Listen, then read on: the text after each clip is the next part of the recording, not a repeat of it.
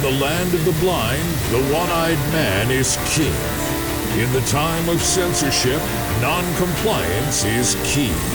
From an undisclosed location in FEMA Region 10, it's your host, Joshua Michael.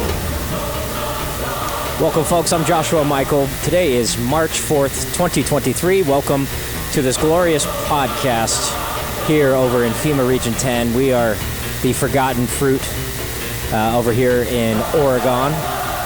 And a lot of breaking news happening right now. I want to kind of dive into some local stuff, but before we get into too much local stuff, because I want to base this segment on local stuff, I want to talk about a couple things that are going on around the world and some good positive things that are happening, because it's important to understand. You have to understand the positivity with the negativity, but we have to address the negativity in order to get to that better positive future, right? We can't dig our heads in the sand. We can't compromise. There's no more compromising that's able to be happening anymore with both sides of the aisle, and we're going to get to that in just a minute. But some of the good things is, I don't know if you guys have been following the James O'Keefe issue with the whistleblower and Pfizer, them exposing the fact that they manufactured this virus and it's a cash cow for them, and just all of the things tied in with that. Following that, James O'Keefe was removed by his own board of the institution that he created, right? But you're seeing a massive exile from Project Veritas. They're dead. Nobody's supporting them, and if you're still following them on any social media, just unfollow them, unsubscribe. They are completely corrupt and compromised at this point. Despite whatever the things that they're trying to push now, they got rid of their golden toad, the man who created their organization and has so much integrity and is so inspiring as an individual that you can't help but not follow him and support everything that he's doing. So he's going out on his own. He hasn't made any announcements as far as what the next step is, but he's just moving forward. He's moving forward in the sense that he's not letting this negativity and negative situation, determine his future and which way he goes. So if you saw over in CPAC, he introduced the Pfizer whistleblower that helped him get and scoop that story to get that amazing footage. So I just want to give my hats off to Project Veritas, or not Project Veritas, but James O'Keefe from Project Veritas, who's no longer there. Just know he is no longer part of Project Veritas. They've completely removed him, and it's unbelievably despicable in the fact. But all you're seeing is pushback from them.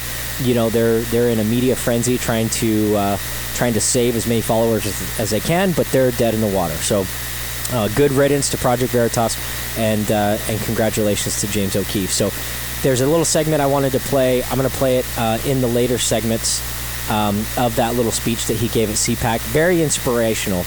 Very inspirational in the sense that the whistleblower, she comes out and she exposes herself and gives out her name and information on stage there, and has been hiding in the sense. But with popular demand, I want to shift gears here and get into more of the local scene. I want to talk about how things are kind of paralleling with what's going on nationally, internationally, as well as locally, because we always try to focus on local topics here because, you guys are a local audience. It's important to know what's going on, in these city halls, in these meetings, in these school conference meetings, all of this stuff. We want to be able to show some of that stuff to you and let you see what's going on behind the curtain, because we feel it's very important. We all have busy lives. We get it. So you leave it up to us in order to show you what's going on. So the big buzz right now. First of all, I want to introduce. We're bringing Ronnie Daniels Huckleberry back on.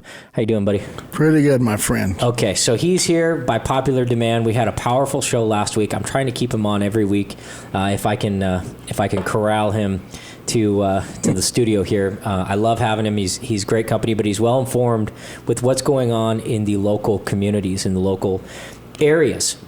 So one of the new things, the big topic, the big buzz going on, which is strange because in the time of censorship, noncompliance is key, right? In the time of censorship, usually the attacks start coming out in regards to a new bill or an anti-abortion bill or something like that. You really can find out, where the establishment or the institution doesn't want you to talk about. And so what they do, they censor it, they deplatform it, they try to defame it, they try to destroy it, right? But that's not happening right now with this new concealed carry push.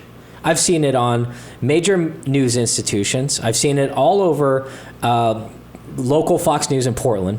I'm seeing all these stories pop up, and everybody's like, oh, yeah, it's on Freedom Oregon. It's all over Twitter. And everybody's just exploding with joy of this great constitutional carry is coming to Oregon, and they're going to push a bill. And then you dig a little bit deeper, and you're like, wait a minute. What's going on? Who's behind this bill? Who's behind this bill? And you see Joel Pulowski, Carrie McQueeston, and this other gal. What's the other gal? Sampson? Gene Sampson. Gene Sampson. I don't know Gene Sampson. But literally, the people behind this bill are using it, in my opinion, they're using it as a ploy for fundraising. Because they know where our hot buttons are, folks. This is the importance of metadata. This is the importance of Facebooking and stating your opinion online. All that goes into a database, and they can buy what the trends are. They know where the hot buttons are. They know what people are interested in, right? Education's one. There's surveys everywhere that people are doing, so they're contributing to that. But these people are getting behind this bill and trying to push a constitutional carry, but it doesn't feel right. It doesn't feel authentic. There's not the authentic groups. Where's Kevin Sterrett? Why isn't Kevin Sterrett backing this bill? Why isn't Kevin Sterrett involved with this bill, who's been a huge advocate since the late 90s for Second Amendment in the state of Oregon, right? So don't you think that he would be involved? Don't you think that, these other things? Don't you think these people would have been advocating for the Measure 114 lawsuits? Why aren't they getting behind that? How come they haven't said much about that, right? So if they're all about Second Amendment and constitutional carry and everything else, then their track record says otherwise. So these people, with their track record, and Ronnie will know more and be able to do this, but it feels fishy, folks. It feels fishy. Don't believe your lying eyes. And I'm not saying this isn't a good thing, right? But it's very important to be cautious about jumping on the bandwagon and getting hijacked into being misled onto something that's never going to make it, right? Because they're just using it as a fundraiser for 2024. I know McQueeston was behind a lot of nefarious stuff going on in the governor's race on the Republican side. She was one of the people behind all of the sabotaging and corruption and dysfunction in that process, right? So how is it that she's all of a sudden pro-American, pro-Second Amendment, and now pushing this constitutional carry? Now, I don't think the constitutional carry is a bad idea, right? But be cautious of the people that are putting forth of it. They got a lot of skeletons in their closet. And I want to play a little clip of Joel a couple weeks ago on his own podcast.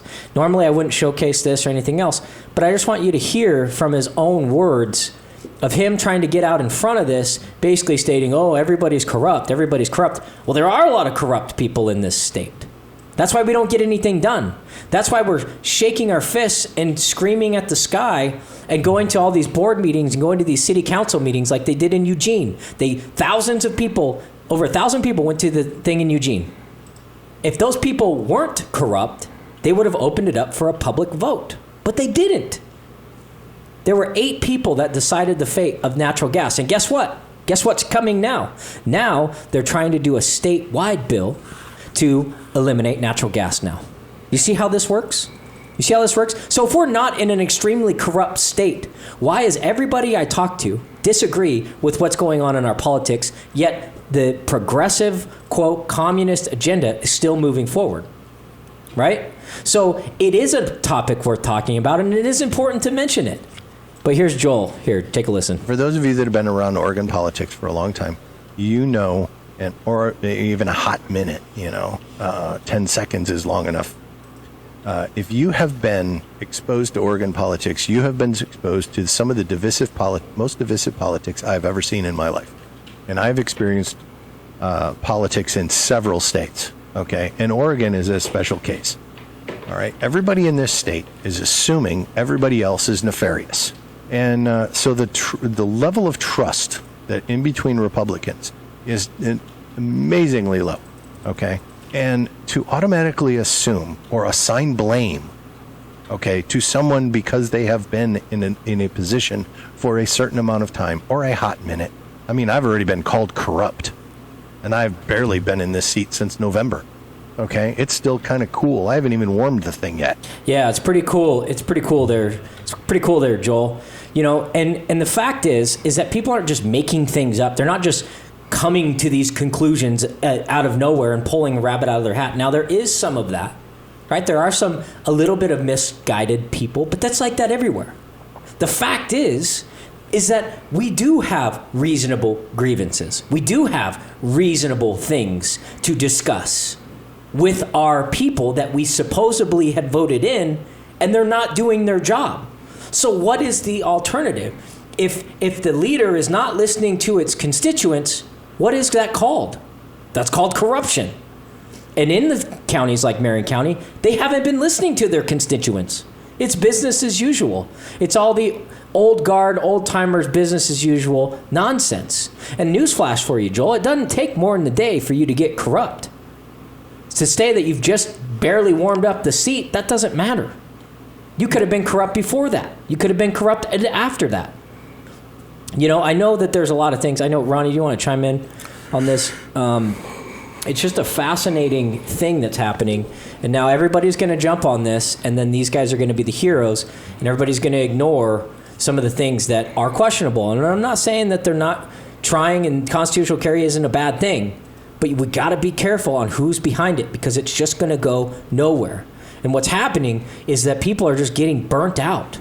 We're getting tired of the one-trick pony show of the bait and switch that's been happening in Oregon time and time and time and time and time and time again. That's what we're upset about, Joel. We're not just going to reach across the aisle and sing Kumbaya when these people have literally been disrupting and destroying our livelihoods, our entire businesses, the economy, everything, down to our children, down to our social structures.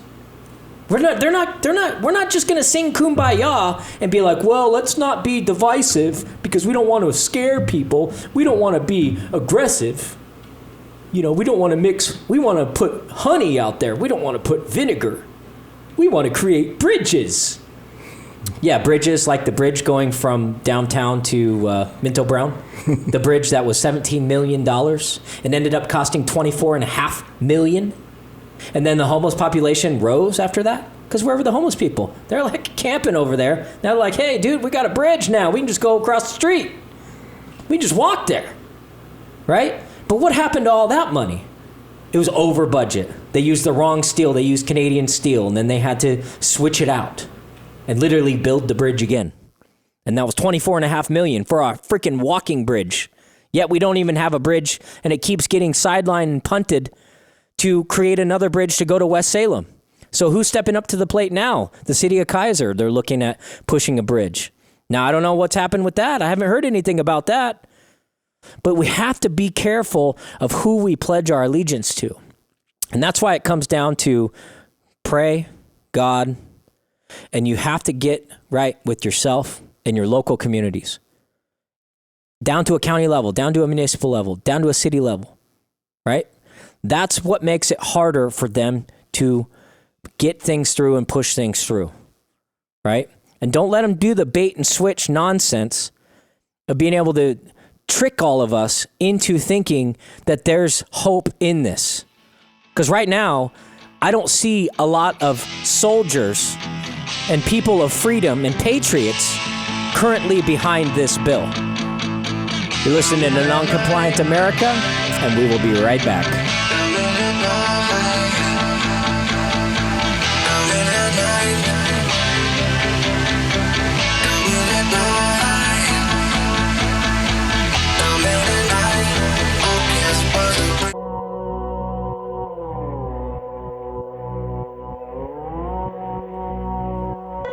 And then I want to play this comment here from where the foremost state basically of Oregon in Joel's like, Region 10. anybody that opposes this or questions anything, I'm going to destroy their career. It's like, okay, buddy. Yep. Welcome back, Non-Compliant America. Got Ronnie Daniels, a.k.a. the Huckleberry, with me today, and we're talking about local politics. We're talking about this new constitutional carry bill that's being pushed and presented by people you wouldn't normally think are behind this. And so you have to wonder, is there something else going on? And I played a clip earlier about Joel talking about divisiveness and not being divisive. And it's important for everybody to come together. And I agree. It is very important. And it should be done. But we have to know that the people we're getting behind and the things that we're backing are actually going to have substance and aren't just being used as a fundraiser campaign. So if we're wrong, if I'm wrong, and this isn't a fundraiser campaign to just try to funnel a bunch of money into the 2024 races, then put some skin in the game, right? Put some skin in the game. Prove me wrong, guys. Prove me wrong. If what I'm saying is not true, prove me wrong. Okay, Ronnie, I've been talking a lot. Here's what I'll say. I believe in the Constitution to carry. That right's been given to us by creators. 100%. God. And at the same time, our founding fathers did not put limitations on it. Now, if you want to talk about over the last 7 to 10 years, since 2015, let's start with that time point when SB 941, which gave us universal background check. I didn't see nobody gone and testified, sit and wait to testify at the Capitol, lose your pay wage like I've done and others, many others. We, the body, must come together. I pray that this Constitution carry, it be guided by God's will.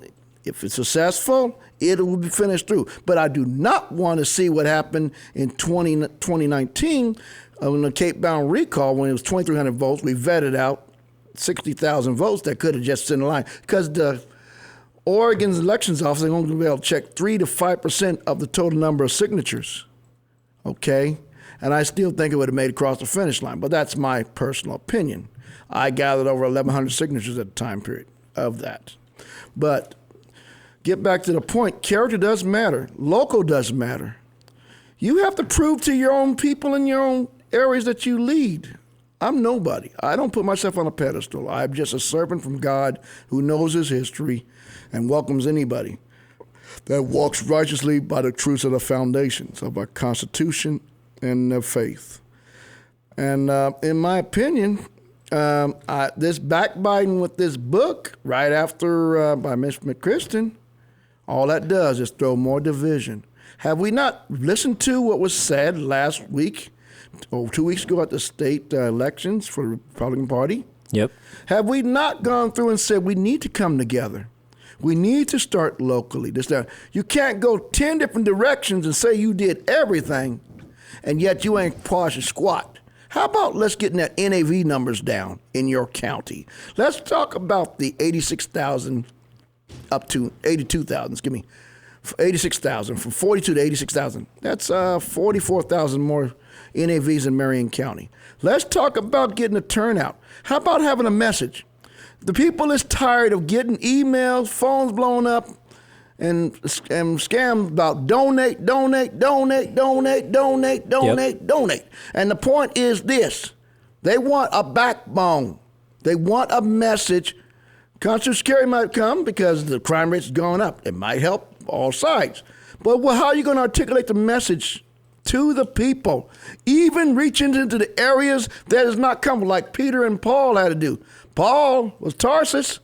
He had to go meet with the Gentiles in Corinth, Thessalonica, and other places. He's not used to it. Even outside of Rhodes, Athens, where there's more debauchery and other demonic things was going on, but still gather the harvest out of them with a message of Christ. Can we portray that message about tying law enforcement together, do that not for profit, not for gain, not for notoriety, nor division? For as was said, a house divided among itself should never will fall. That's right. Right out of Matthew. And in the process, we need to concentrate locally until you can get the confidence right there on Lancaster, the businesses I talked to 8 businesses in the area. I'm going to talk to a business in my county. I want to know what they're thinking. And it's just me. I ain't doing it just for profit, gain notoriety, or hear my name be yelled 1,000 times. Yep. I do the things because our parents or grandparents taught us to stand, to be observant, to be a listener, think things through, then come to conclusion. But also, if it's a joint body, whether it's various churches or clubs, 4-H, FFA, Boy Scouts, it must be unanimous, different directions on people.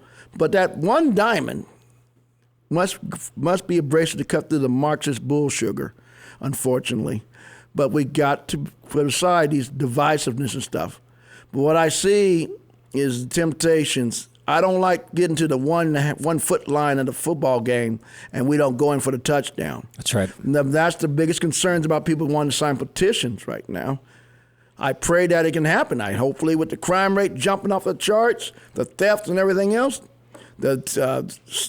stop and rob, where people line up behind your vehicles and take your vehicles, carjackings. We got to stand up. We got to get off our comfort zones. Everybody wants to say they walk with the Lord, and I'm not trying to throw religion on it. Everybody has the right to beliefs, even if you're atheist or pagan, whatever. But make a long story short, if you don't practice what you preach, all you're doing is staining manure down the highway that is not doing anything except make a mess instead of growing a crop. What makes most important is that I pray that if they are doing it from the heart, and if they come and to work with everybody, even people they may disagree with, yep, and get a uniform message, it can be successful, this constitutional carry. I agree, and I support it 100% for what it is. But I don't want it to turn into a PR campaign that is just going to be a boost for whatever they're planning on doing in 2024. We have to get away from that and understand that the soldiers of the fight and the soldiers to preserve our country should not be trying to sit on top of everybody. And that's the key, right? Because some things that have been said are contrary to what was said on the other side, right? So it's this contrary moment of who do you believe, right? And I don't want to just have a mud throwing contest, but we have to be able to hold everybody's feet to the fire and be able to vet this information out. We'll be right back.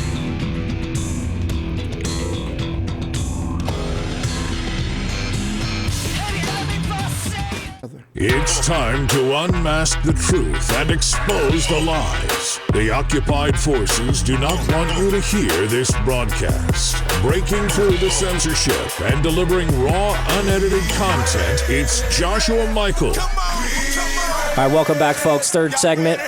We're covering a lot of local topics and local things going on. I don't want to emphasize the entire broadcast on this. I know it's a short hour, and there's so much to cram in. But ending on this topic, there's some things I want to address when talking, about McQueeston, right? So we're looking, and I've read her book. If you guys haven't read her book, there's excerpts in there, and she's talking about coming together, and we're all talking about coming together and adding oil instead of vinegar and all this nonsense, right? Well, if that were true, and if what she's saying is true, in her book, she has literal divisiveness within the party regarding Don Powers, Mark Thielman, Paul Moore, and a couple others in relation to the Reawaken America tour and everything else. And she's talking about it in her book. And she's talking and creating the end fighting, creating the nonsense, creating the non-stories, creating the disruption, creating the divisiveness. And these are the types of things that I'm talking about. These are the things that we need to worry about and keep our eye on it. Now, if they want to push this constitutional carry bill, 100%, I'm behind it 100%. But we want to make sure that it doesn't get pushed to that 1 yard line and then they go, oh, no, don't worry about it. We tried really hard, because that's what Oregonians are sick of. That's why these stay-behind groups, these long-term, lifetime politicians are starting to feel the heat. And that's why people are saying, hey, you've been there for a long time. It's time to go. But let somebody else in. Let somebody else fall on their face. They don't have to have it all figured out. But let somebody else do it, because clearly what you're doing is not working. It hasn't been working. And that's all that we're saying, is it's time to move on, because that's what being in politics is about. That's what the Founding Fathers created. So you move, you do your time, and you go back to being a personal citizen, a private citizen. It's not a lifetime thing where you pillage, make money, write books, run campaigns, do things, run for something, fail, corrupt people. That's not what politics is supposed to be, and we're trying to get back to that. So when people are expressing their grievances that are sitting in chairs and have some type of power, are complaining about the pushback that they're getting, it's because there's a lot of years of frustration and BS. And there's a lot of lip service going around. So excuse us if we're going to try to vet you out, right? I'm sorry, not sorry. Okay? So that's what I got to say about that. In some side news, there's some important things.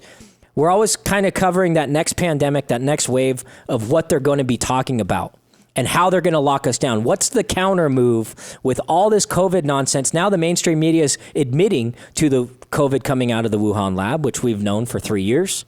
Now they're admitting it. What is that about? But there's also a really powerful story.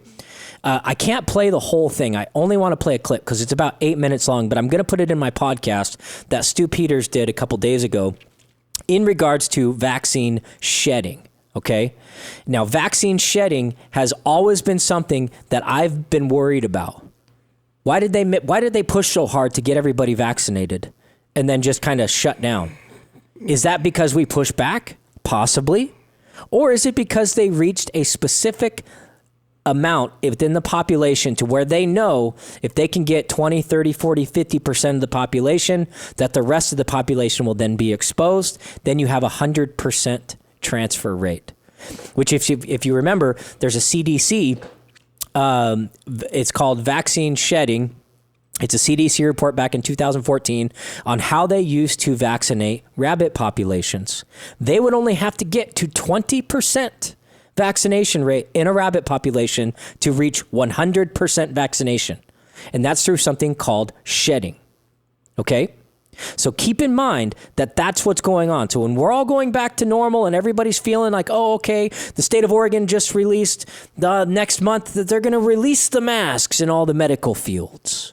They're going to release the masks. So we're going to be free and we're winning, right? But don't forget, and for those that don't know, the UN is signing a treaty right now, to supersede power at a county level across the entire globe, which that means the emergency response doesn't go to your local agencies. It gets directly consulted from the UN and the World Health Organization. That is happening right now, to where they are going to overtake all of the mandates, all of the policies, all of the procedures, everything that these people with white coats that pretend to be smart, pretend to know everything when they're just reading a script. The COVID protocols were the exact opposite of everything that you do in a specific scenario. All those doctors were violating everything that they know and everything that they learned to do these COVID protocols. And what was it doing? It was killing people because they're turning the ventilator up too high. We don't turn the ventilator up that high ever. We've never done it. So why is the Dakota protocol to turn it up 2.5 times the amount? It's blowing out their lungs. It's killing them, right? So be very skeptical because that's what's coming. And there's an alert. I have not vetted it out. I just saw it today. But supposedly Chile has an H5N1 outbreak happening right now. There's blue helmets there, and they're trying to shut the entire country down and put it into a grid-like 15-minute city emergency zone to lock down the entire country. And this is a beta test for what they're going to try to bring here. What they did in Australia. We're not out of the woods, folks. These guys are just scurrying back like rats. They aren't trying to make things better. We're not putting policy to never let this happen again. In fact, we're doing the opposite. To where eventually, and I got this other report today, this is Mike Adams, Health Ranger, today, talking about a notification he got from Google basically stating at a domain level, so your domain, your website, Google will ban that website if you produce misinformation regarding pandemics, blood clots, things of that nature. If you do that, they will delist your domain.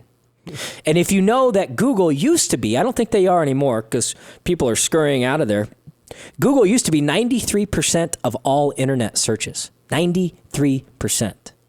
Now, with the great testimony of Robert Epstein, not Jeffrey Epstein, Robert Epstein, the phenomenal whistleblower that came out from the government talking about corruption and how much power Google actually has. We've talked about it, his testimony in the past. Things like that, the power that Google has is powerful. And remember when we talked about at an email level, understand, if you got a Gmail, they are then going to be able to censor your emails. And how they're doing it now is if it's misinformation, what do? Boom, they put it in spam. They flag a domain and say, oh, well, that's kind of a sketchy domain, so we're going to put it through our spam folder. And it might be a perfectly legitimate email. But it's happening more and more and more because the censorship is ramping up more and more and more. They're not done. And so they're getting ready to lock everything down at a county level. So what kind of emergency is there supposed to be? Supposedly, there's an H5N1 outbreak right now, and it's got a 50% mortality rate, right? But what they don't understand, and what most people don't understand, is the higher mortality rate, the harder it is for it to spread from human to human. The easier it becomes to spread from human to human, the less the mortality rate. In other words, our immune system shifts and changes the molecular structure of the virus and kind of dilutes it down to where it might spread more, but it's less effective as far as killing people and everything else like that. So if they're going to try to scare us, which I think that they are, because Bill Gates has been talking about pandemic 2, everybody's been talking about pandemic 2 and the next pandemic, right? And we have to prepare for this, and that's the whole purpose of the World Health Organization treaty nonsense, is to prepare for the next pandemic. How do they know we're going to have the next pandemic? Well, just like they produce COVID in a Wuhan lab, they've got a huge plethora Petri dish refrigerator full of all kinds of stuff. Just like that. And guess where most of those Petri dishes are? Well, at least a large majority of them. They're in Ukraine. There's a lot of bioweapons labs in Ukraine, 39 last I counted. Might even be more. But they're all over the world, and this is a common thing. So don't think that we're out of the woods, folks, in regards to being off the hook. They are making and planning their move. They did a beta test with COVID, testing our response, pushed, found out all the leaders, all the opposition, rounded it up into a big database, and now they're conjuring up their next offensive. So what are we going to do, and how are we going to navigate it? The most important thing is to get off your ass, right? Yeah. I'm serious. Get off your butts, people, because the situation it is. If you're going to sit by and say, well, it doesn't affect me, there's nothing I can do, I don't know why they ain't contacting me, this, all these other bullshuggery attitudes, here's what's going to happen. Pretty soon, just like the man in Germany, I'm not black, I'm not gay, I'm not Jewish. What was left to fight in 1944 Germany? Older than 60-year-old men and 15-year-old boys killing our guys that's trying to save Europe. That's right. I'm not walking to my own Auschwitz. I shall not be treated like Stalin's puppets, and I shall not go away silent in the wind. I will stand for liberty as an oath I took as a Navy man 36 years ago. Nevertheless, if we don't understand our history and things going to get a little tight in the present, how are you going to have a future for yourself and your family? I'll leave you at that. All right. Thanks, guys. We will be right back. You're listening to Non-Compliant America. Visit noncompliantamerica.com. Get our podcasts, like, subscribe, share with your friends. Follow me on Twitter at NoncompliantUS. You're listening to Joshua Michael. We'll be right back.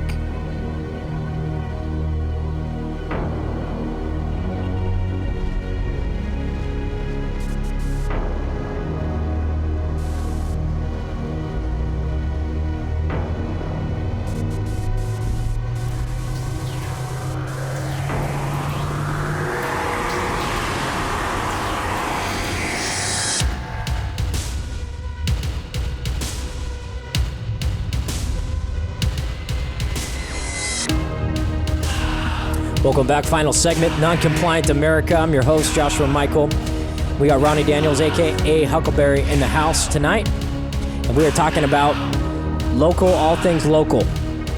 I know I went on a tangent talking about World Health Organization because it is important to understand that that does affect us locally, because that's ultimately the fight. We could talk about all the national stuff and everything else, and I know Robert F. Kennedy is considering challenging Joe Biden as a Democrat for the primaries in 2024, which would be great because he'd run as a Democrat, and then it's like, okay, how do they go against a Kennedy? It'd be phenomenal to see. I'd love to see something like that. But Ronnie, what else is going on? You were mentioning about a rally coming up with Henri. What date was that? March 25th at the Capitol there. It's Oregon Natural Resources Industries. We have bills that may take away another 37% of wood that we normally cut in our forests. So how many good living wage jobs in Polk County, Douglas, Lynn, Marion, Benton counties that generates about 60% of the wood for various mills? Unfortunately, warehouses own a bunch of them. They don't care. They locking out people like myself who love hunting on the lands. But, we have to stand. We need 10,000 Americans. There's not no left or right issue. Because what it also does, people, as you notice if you're building in the housing industry, your wood products has gone up. Your economics and more restrictions. This is part of the so-called Clean Power Initiative by using people that is supposed to represent our various industries in the logging industry and other industries, because you got not just loggers, you got the manufacturers, you got the people that buys the wood, you got mainly 80% of that stuff is hauled by diesel. That's right. And in the process, it also ties in the bills your state legislators want to run down and take diesel away from people. It is the cheapest form of fuel that is milled right from the oil. We have the cleanest devices in the world, just on the emissions alone, than all of Europe. We don't have the heavy brown haze like you see in LA.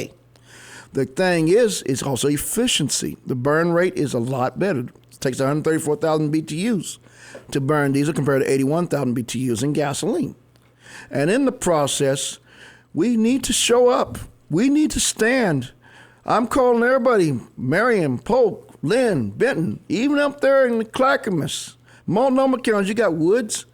You building houses. If not, you're going to do like in California, under the same guise of cap and trade in their state for the last 15 years. It will push the price of building a home up, even so not counting prevailing wage for these homeless projects that our governor wants to do. But we also must be able to come together. If we do not, and you say, well, it doesn't matter, it's just a bunch of mess, then you're walking to your own Auschwitz. You're just going to go along and be cheese female dog, as I would say, and just eat the crumbs he serves to you. That's what communism is. That's what big government wants. We must protect our industries, because without that, how can we be independent? How can we add more into the pie for the various projects they want to spend beyond? Because without timber, without farming, without ranching, they're slowly trying to erode all three of those things at one time, and we must make a stand. If you don't protect the smallest things that generates income, then you'll become sheep for the imported stuff that you'll be slaves to. Yep. So it looks like there's HB 3152 is the natural gas ban that they're proposing right now.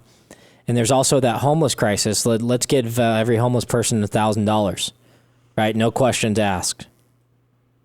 HB 2694, allowing 17-year-olds to vote in the primary election. I responded to that. I submitted a statement on that. If they're not, once you open this gate, people, then you'll have what's happened in Holland, where they can legally go buy drugs and everything else. But it's okay. They want to grow our young adolescents with their minds really not developed, especially males till they're 19 or 20, without guidance. Basically making a bunch of sheep show to allow decadency, allow to be, instead of being critical thinking skills, they'll be sheep. They'll be going whatever way the wind blows for profit, gain, or notoriety. And with the various medias, what's that another? I don't care if it's basketball, like with LeBron. They lost their way, and that's what they want us to do.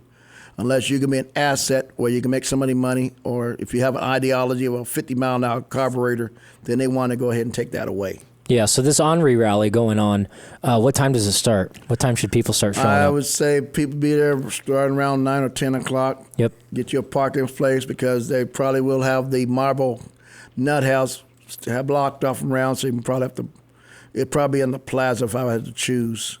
But there will be transportation. You will have to go on the Henri website on Oregon Natural Resources and Industries. And if it's not there, you can go on Facebook, look up Henri, and they will have transportation, take it from the fairgrounds to the Capitol and back. Yeah, that's they will have a shorter service. ONRI.us is the website. ONRI.us, and it's that's the real background. That's 27th. Excuse me. Yeah, so it's going to be the 27th, folks. 27th is the day. Wrong calendar. Yeah.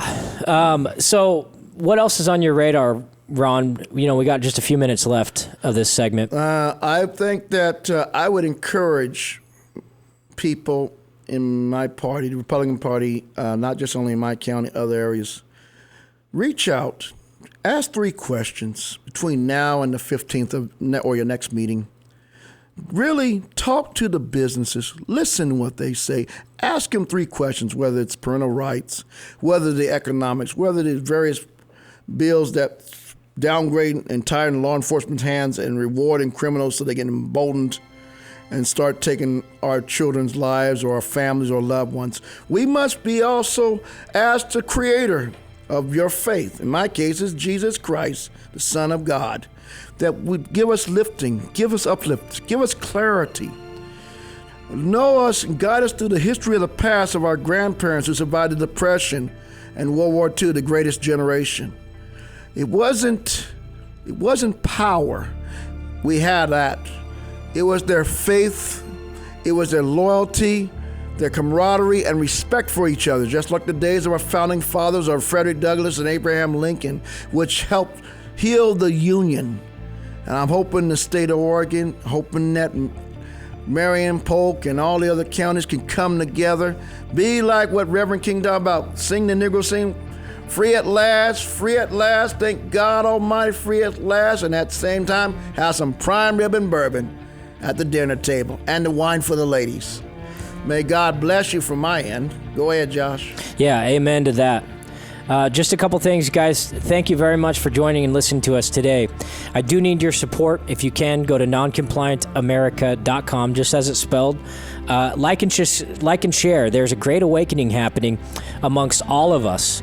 And more people are waking up and starting to see what's going on and unveil behind the curtain, and the masks and the blinders that have been on everybody is drastically falling.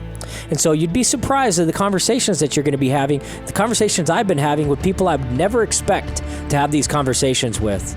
And they're coming now and they're asking me questions. What's going on? What about this? What about this? How did you know about this? How did you know about that? And you just get into the real resources. And you also try to educate people to get off of this oncoming onslaught of the cyber gulag that's coming down on us that we don't see, and start getting people to exercise going to the real websites, going directly to the websites. Stop using these search engines, right? Start vetting out information. Start seeing the real human citizen journalism that's happening. There's great citizen journalism going on in Oregon. If you look at Andy No's page, if you want to follow some Andy No on Twitter. Now, Twitter is the light for the future for information right now. But also, you can follow Oregon Citizen on Instagram. She does a great job showing the facts, the upcoming things, everything that's going on around our state. Because ultimately, we're here to preserve our state, aren't we? Otherwise, we're just falling into this tyranny. And we can't do that. We have to stand up and fight and get together. Thanks very much for listening, and have a great week.